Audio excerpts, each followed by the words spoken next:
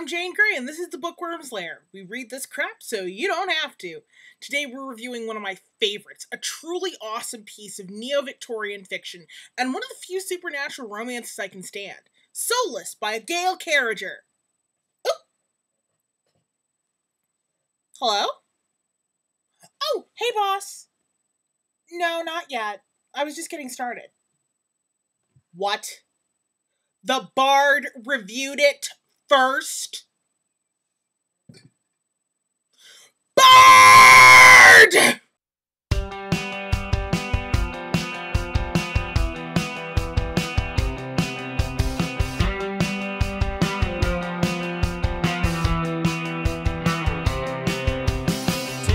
That filthy, sneaky, evil, epic hat-wearing son of a squib and a Dracolich! I'm going to shove that wand so far down his throat he'll be farting his Patronus into the next century. Right, so, thanks to that Canadian Yahoo wand swisher, I'm going to be reviewing the next book on my list, Unnatural issue by Mercedes Lackey. Okay, kids, pop quiz time. Who here knows the plot of Cinderella? As I expected. Good, good. How about Sleeping Beauty? Good, good. Snow White? Excellent. Fair. Beauty and the Beast? Very good. Donkey Skin? Yeah, I thought so. Most Americans, unless they grew up on European culture or love weird French cinema, probably don't know this one. There have been a few children's books around the tale, but the fact is it's just not that popular. For a very good reason. See, not many other fairy tales involve incest as a plot point. Donkey Skin and its many cousins usually goes like this. A king swears to his dying wife that he won't remarry unless his bride is as lovely as she is. The only person who fills this requirement, however, is his daughter. To keep his hands off her for as long as possible, she demands a wardrobe that puts the Disney Princess franchise and Queen Amidala to shame. First, a gown that glows golden like the sun, then a gown that glows silver like the moon, and finally, a gown that sparkles like the stars. The details of the dresses change depending on which version you're reading, but still, epic gowns. When those are provided, she usually orders a fur coat. In the French version, it's the skin of the king's pet donkey, who apparently craps gold. She then takes the lot and runs away to a distant kingdom and gets a job as a scullery maid at the palace. Somehow, she manages to not get fired, despite the fact that she probably has about as much grasp of kitchen work as an oyster has of mountain climbing, and of course, there's a ball.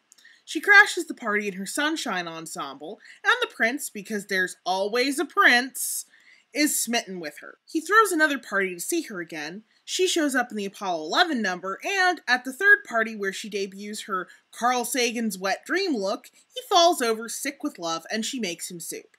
In the process, she commits a colossal food service faux pas and drops not just a hair, but a whole golden curl into the prince's soup. Despite the fact that blondes can't possibly be that rare, he traces it back to her, and after surreptitiously comparing family trees and confirming that they aren't that closely related, live happily ever after. I'm not kidding. I didn't make this up at all. Google it. Jim Henson's The Storyteller did a version of it. It's on Netflix Instant Play as of recording this. Children's stories are messed up. So let's talk cover art. This artist does a crap ton of work for Mercedes Lackey and gives us a shot of the heroine holding a basket of pears that seem to be shape-shifting into birds and bugs and things. Because apparently fairies hatch from fruit or something. Behind her, someone has doused the shambling legions of the undead, and a painting of a Victorian lady in purple Kool-Aid. I'm not impressed. Compared to previous cover art for previous novels by the same author and artist, this is kind of crap. And why purple? Why is evil always purple? What, is Disney so frelling pervasive that purple, acid green, and black are automatically evil? Maybe I'm biased, but I don't get it. So, yeah. This is just another fairy tale adaptation, but being Mercedes Lackey, This is an elemental masters novel, meaning that there's magic involved, and the heroine is a formidable elemental magician in her own right, in this case, an earth master. Which raises the question, why are they always masters?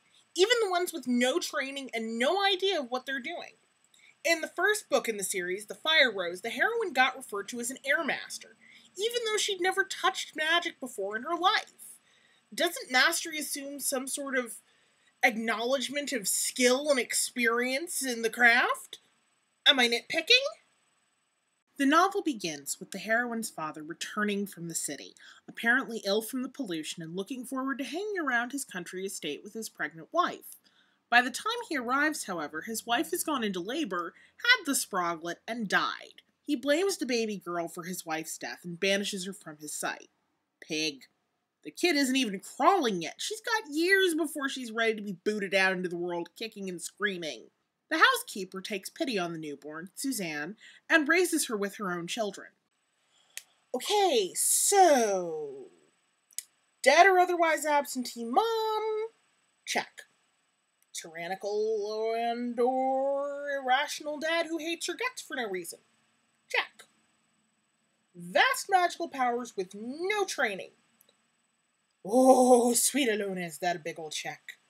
Because Suzanne is not only an earth master like her dear old dad, she's made a best buddy and playmate out of Robin Goodfellow. Yeah, you heard right. Puck, that wicked little mischief maker, and here the guardian of all England, is her playmate. This kid hasn't even been alive for half the novel, and she's already running the risk of turning into a Mary Sue. This is turning into a really good argument to review the rest of the series. In the meantime, Daddy Dearest has been holed up in the attic for years, studying necromancy and moping like a grounded 14-year-old. Oh, Gerard Way, only you understand my pain. My wife died in labor, and Mom won't let me go to Laser Quest with Mike and Scooter. My life sucks. Mood, apathetic, music, something by Emily Autumn because my stupid sister won't turn the music down. Call me heartless, but you'd think after 21 years, he'd have come to terms with his grief and maybe figured out what a jackass he is for treating his only child like she meant to kill her mother. Then again, considering which fairy tale this is based on, I guess we aren't supposed to sympathize with him. I mean, he is supposed to be the antagonist. So apparently Daddy Dearest looks out the window for the first time in 21 years and sees Suzanne and discovers how much she looks like her mother. He asks around because he can't believe his eyes and finds out she's his kid. Like the evil dingbat he is, he figures, if I could kill my kid, I can raise my wife from the dead to live in her body and we can live happily ever after. Okay, what? No, really, what? It may be your wife's soul, but it's your daughter's body. The incest thing is not gonna go away just because she's your late wife on the inside. It just doesn't work that way. And let's not go into the whole reproduction thing, which considering the time period is gonna come up. Oh yeah, and what are you gonna do when you get too old? Kill a random male relative and move your psyche and all its baggage in? Does no villain ever think this crap through? You'd think after 21 friggin' years, he'd have enough sense to know that raising the dead never works out well. Frankenstein was first published in 1818. This novel begins just before World War I starts, so no doubt he's at least heard of the novel, even if he hasn't read it. You'd think he'd have worked out that raising the dead never turns out well. We just forbid you raise a loved one. Unless you're an Igor, and that loved one is your patchwork dog. Funny how that works. In the meantime, we're introduced, or reintroduced for those who have read the previous novel, The Serpent's Shadow, to Lord Peter Almsley, the most thinly veiled Lord Peter Wimsey XP I've ever read since, well, ever to be honest. Okay, I apologize for all the tangents, but this is something I feel rather strongly about. I can deal with XPs of certain literary figures in novels. Lord Peter Wimsey is as iconic a sleuth as Sherlock Holmes, Nero Wolfe, and the daring duo of Nick and Nora Charles. He was a Renaissance man for whom, in his own words, detecting is a hobby. I'm a huge fan, and I can live with a Lord Peter that uses magic while looking like the most rabbity of British aristocrats and never having to worry about finances. But this version just rubs me the wrong way somehow. He's not silly enough. He's not funny. He's a dashing nobleman who is barely recognizable from his portrayal in The Serpent's Shadow. In The Serpent's Shadow, he was more Lord Peter than he is here. Apparently, you can't be a romantic hero if you're a goober nugget with a face like a bleached rabbit. They vaguely describe him as being all nerves and nose, but I'm not feeling it. Lord Peter Almsley is summoned to the Exeter Club, a social club that secretly houses an organization of elemental masters who work for the safety of England. You know, king and country and all that jazz. The head honcho wants him to investigate mutterings of necromancy in the Yorkshire countryside. Almsley sees a problem with this, namely the fact that he's going to stick out like a leopard in a henhouse. But king and country, you know? So he agrees to disguise himself as a traveling artist and heads out to stay with his pal Charles and his family Elizabeth and Michael, the Yorkshire Carriages. Apparently they're all mere magicians, whatever that means. Here's where I can sort of forgive Misty for Almsley, because he is noted as looking like a stereotypical aristocrat of the day and place, and his BFF Charles sounds like he ought to resemble a less sinister Wilbur Whateley. She does everything but call him goatish, but alludes to it so hard, I feel like wading under a bridge and threatening to gobble him up. They don't sound like they should be the dashing heroes, but there's a nagging little voice that says they will be, and I'm a little annoyed by that. Not that good has to be beautiful, but for Paylor's sake, don't insult your readers by making their looks their biggest flaw. Back at the Perilous Guard, Whitestone Manor, Daddy Dearest sets about trying to get Suzanne to love him. Why? If you're gonna do something evil, like kill your kid and stick your dead wife's soul in there, why not just, kidnap her, drug her, and kill her, and do it already? Really now, if you're gonna cross the moral event horizon, giving the puppy you're going to eat a biscuit and an hour chasing squirrels isn't gonna make you any less of a puppy-eating idiot goon, or easily shortened to P.I.G. Either way, he moves her into one of the nice bedrooms above stairs and showers her with pretty dresses, etiquette lessons, and everything he thinks a girl should have her head turned by. He's hoping he can isolate her and then pretend to send her off to school and sneak off to Italy for a second honeymoon. Suzanne is hustled off for a bathe her and bring her to me type sequence that has one colossal inaccuracy on wardrobe details of the day, but I won't go into it here. Maybe in a later review, but not here. She gets heaped with lessons until she gets sick of it and sneaks out to play with the earth elementals. They admit to her that they hate her father and that he brings dark things. I call shenanigans. Speaking as an armchair occultist, they don't call me a book witch for nothing. Earth and death tend to be close. Earth is the element of life, death, and rebirth. Help me, Disney is so thrilling pervasive. The circle of life is part of the element of earth. The word for underworld things, chthonic, even comes from the word chthon, the Greek for earth. I suppose the dark things could be the natural order being tampered with, death going wrong, and souls not passing on, or something, but it doesn't feel like it. It feels like the author is expecting us to go, oh noes, death magic is to evils. Not even expecting, ordering us to think that way. Eventually, Suzanne figures out that dear old dad is hiding something rotten in the state of Denmark, so she goes and spies on him. Robin Goodfellow gives her a ring of invisibility, which, okay, I gotta give points for that. In some versions of the story, the princess has a ring or cloak of invisibility, which helps her escape. She catches him talking to what looks like a painting of her and pawing at it. Really? I'm sorry, but even assuming that the painting was done exactly 21 years before, fashions had changed enough by then that Suzanne would have had to have been brick-bat dense to think it was her. But she is suitably horrified and decides she's not hanging around to find out what her father was doing groping a painting's vast tracts of land. She disguises herself in her old clothes and runs away. After running for a long time, she manages to find herself at a carriage house and goes in to spend the night. As it would turn out, it's the Carriage family's carriage house. Say that 5 times fast, marbles in your mouth. Passing herself off as a peasant girl, she's given work in their dairy and begins to fall for Charles' carriage. Well, that identifies our designated prince, I guess. The household eventually realizes that the new dairymaid is an Earthmaster, and Peter switches tactics to disguising himself as the new gameskeeper. Daddy Whitestone, meanwhile, has discovered that Suzanne is gone and is livid, displaying for us straw chauvinist tendencies that would make any other villain blush for shame. He's not even a convincing asshole. He sounds like he's a bad actor who was handed an outline where all they tell him is be a sexist bastard and a sick, twisted individual. I've seen more of a motivation out of a chunk of asphalt. Let's take some examples from an earlier Elemental Master novel.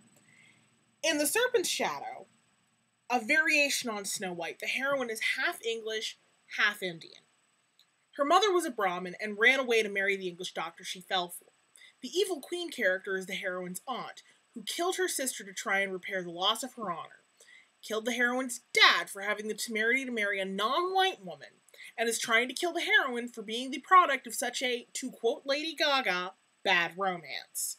I don't know enough about Indian culture to say for sure, but what I do know is, for a big bad, she has a believable motivation, and the only straw chauvinists in the book are either not that bad in the long run, or morons and assholes who die and get their comeuppance. Not exactly in that order. It's funny that with all of the necromancy bad stuff that's being slung about, and how much the readers get beat upside the noggin with how awful and deplorable death magic is, the description of Daddy Whitestone's rituals and the results and sensations are kind of awesome, and a little sexy even, in a truly gothic way that makes it seem all exciting, and from an artistic standpoint, it's sort of easy to see why evil is so tempting in this universe. It's potent, it's addictive, it's subtle. We get all of this right after the antagonist has been sulking and proving just how much of a pig he is, and it feels like someone else wrote this. He starts to feel like a real bad guy to me when he orders a spirit slave to go get him pieces of the corpses of the restless dead so he can hunt down the heroine. This feeling lasts, even through an honestly tiresome explanation of how necromancy works. It only really takes a blow when he once again acts like a titanic dick about the fact that earth elementals hate him for neglecting his duties and not tending to the land. This is probably why I became such a fan of Mercedes Lackey at a young age. Simple villains and not so good for really deep analysis. But now he goes so far as to haunt his servants with the ghosts of children, hoping one of them will reveal where she ran off to. When they don't find anything, he keeps the ghosts for later. At least it's an effective way of making me, as a reader, hate this guy's guts. He finally resorts to hiring a detective to track her down using a photo of his late wife. Once again, any idiot could tell that the clothes are hardly modern. But I'll bite my tongue. While this is going on, Peter has started talking magic with Suzanne and finding out just how much magic she knows. She comes clean about who she is and why she ran, and Peter has a flicker of righteous anger about the fact that Daddy Dearest Whitestone was planning incest. They take it to Charles, and he winds up being a bit of a chauvinistic twerp, but Peter levels with Suzanne. She manages to figure out what he's doing and reacts pretty well under the circumstances. No sarcasm here. She's rattled badly, but she doesn't totally wig out with screaming and fainting. She just toddles off to bed. Peter is falling for her too now. Crap. Now we get a love triangle. Seems a shade late because this is now roughly 2/3 of the way into the book. So since we need to move the book along and we've only hinted at World War I, Peter and Charles decide to sneak Suzanne off to France where she might be safely hidden. Before they do, however, Daddy Whitestone sics an army of the undead, along with ghosts and all manner of other ugliness, and we get a truly epic battle between mages, elementals, and the dead that reads like a movie. A luscious movie, with Peter Jackson directing. Sadly, we only know what Suzanne was doing by hearsay, which pisses me off. All that awesomeness, all that stupidity about how womenfolk are dumber than a sack of wet mice, and we don't even get to see the ladies get medieval on the zombies. Shame on you, Misty. You wrote one of my favorite woman warriors and you slack off here? Shame on you. You know better. To add further insult, we're being rushed through the lead up to the Great War. We get thrown at France and the assault on Whitestone Hall. The servants have all been poisoned, giving the reader yet another neon, "This guy is evil" sign to the face. But before they can give chase, war is declared and the away team gets yanked back. Suzanne, hoping to stay close to Charles when he goes over with the army, signs up as a nurse. Oh, how thrilling romantic. Once again, not impressed. At this point, it's all a gallop, and not a terribly entertaining one at that. It's like the rest of the story is just being shoved in there for some reason. We find out, however, that Charles is now engaged to an old childhood friend, and Daddy Dearest has tracked Suzanne to France where he takes his wrath out on Charles. Carting him back to a field hospital gets her caught, however, and since she isn't a real nurse, she's getting shipped back to England. Still hoping to use the romance of a sickbed to her advantage, being the only person who doesn't know about Charles's fiancée, she gets to London and signs up as an aide under an assumed name. She gets to Charles, and after months of work on him, he wakes up with total amnesia. Then she learns about the fiancé. Hey, hang on. Didn't her father, another Earthmaster, get sick from being in London for a few weeks? Suzanne's been in London for months. And in France, in a war where chemical warfare was a huge factor. She's fit as a fiddle. What the hell, Misty? At this point, we're a mere 50 pages from the end of the book, give or take, and we have our twist. Charles isn't the prince type, Peter is. He catches up to Suzanne and offers to help her deal with Daddykins once and for all.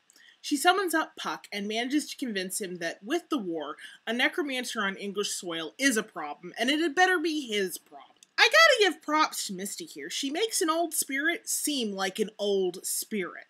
He has to be given a reason to give a damn about what happens outside of his purview. It's just another case of whiplash in this book that has very few examples of really good writing. I'm skipping a lot here because while it is good writing and that needs to be praised, it's just too little too late.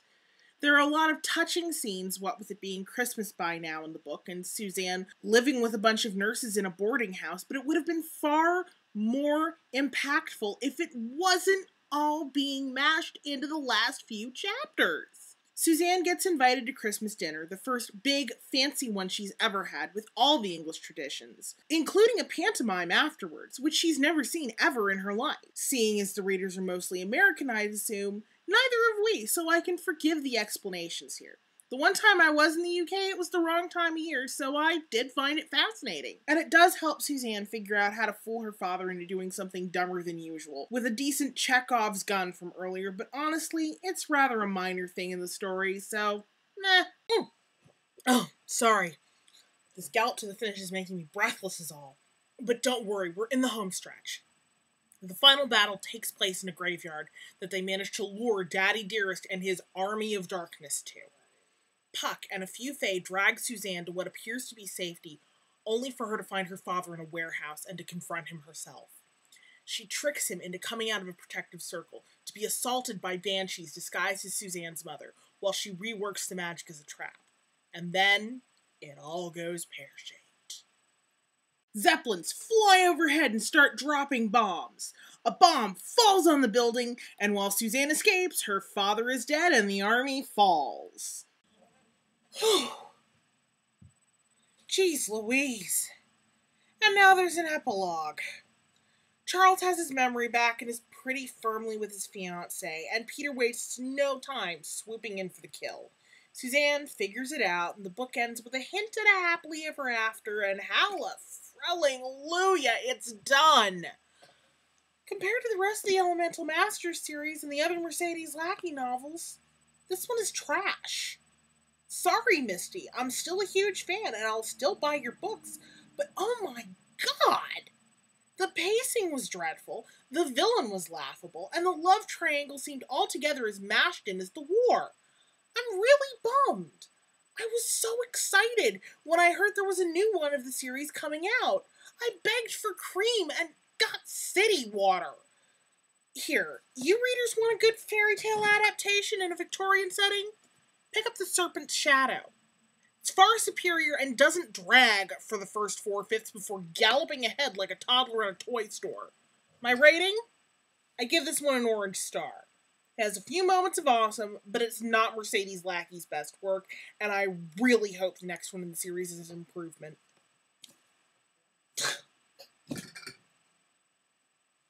Next time, we'll be reviewing a tale of the Dark Ages British Isles, forbidden love, and Irish lawyer nuns. Trust me, it's more awesome than it sounds.